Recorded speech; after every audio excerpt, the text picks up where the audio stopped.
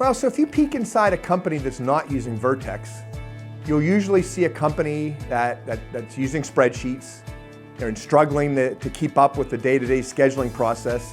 Maybe it takes an hour, 2, 3, 4, 5, 6, 7, 8 hours to come up with a schedule.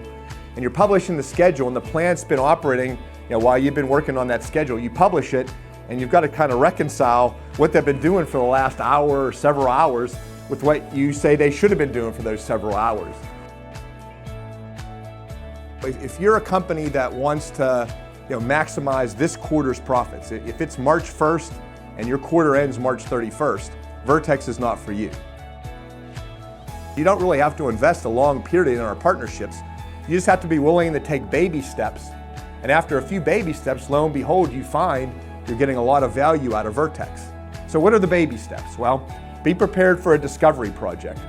That discovery project is for us to get to know our customer and that site, and for the customer to get their first experience with VirtECS. Because we find that the customers can best direct success, but the customers have to understand what the alphabet of success is. They have to understand what the vocabulary of success is, and they can't do that until they get to know VirtECS a little bit.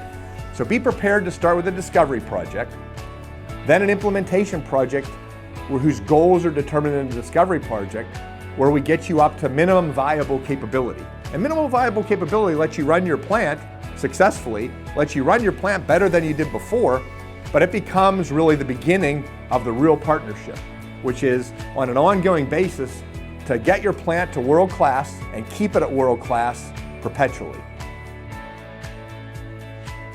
So somebody who comes to APCI who's not using VirtECS will feel like they're on a treadmill.